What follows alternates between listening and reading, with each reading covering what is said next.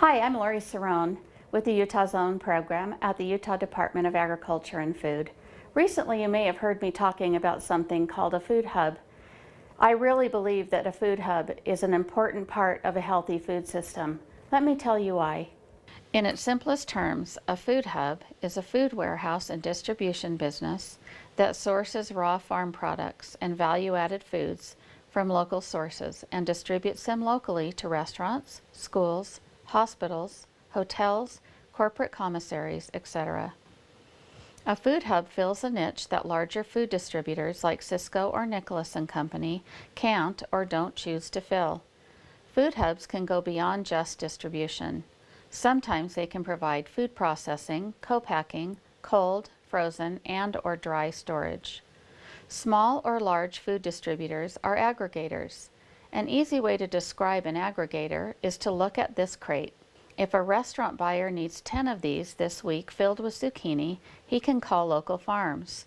If he can't find one farm with 10 crates, he keeps calling. He may have to make several calls and source from more than one farm just to fill that order. It often becomes difficult for larger distributors to work with locals for this reason. Traditional food distributors and local food hubs do the legwork for the buyer, and they usually deliver. Both models have a warehouse, trucks, and cold storage, but there are important differences between them.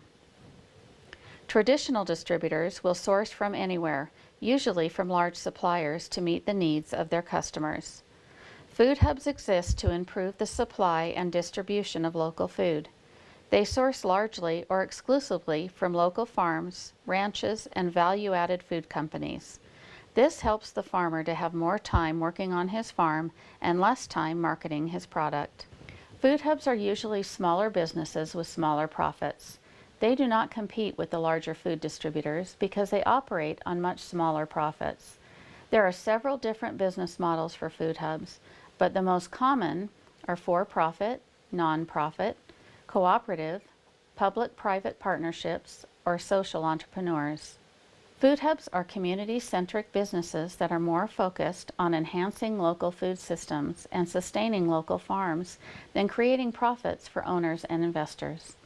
National studies and research conducted by Dr. Ruby Ward at Utah State University indicate that food hubs often take several years to break even, and once they start to turn a profit, those profit margins are typically 1 to 5%. Most venture capitalists and private business investors are looking for opportunities with much higher returns on investment. The minimum startup cost for a food hub is approximately $1.5 million. Finding funding can be difficult. Seed money may come from many different sources such as philanthropists, foundations, community funds, grants, and government. This is why we need and are asking for a startup grant fund. By adding multiple hubs throughout the state, local food can be processed and distributed to rural locations and institutions, creating an active food system that is harder for smaller farms to access through a traditional system. When a food hub is able to process food either by freezing or dehydrating, it extends the shelf life of the food, making the food available year-round. When farmers harvest their produce, only 40% makes it to market.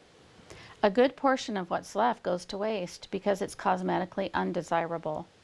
Processing allows a farmer to sell that otherwise wholesome produce to a food hub to be processed and sold. Now our farmer has a revenue stream that has not existed before. There is less food waste, and the community has a year-round access to healthier food. I hope that I've helped you to see how much a food hub can help to build not only our local food sales, but our state's economy.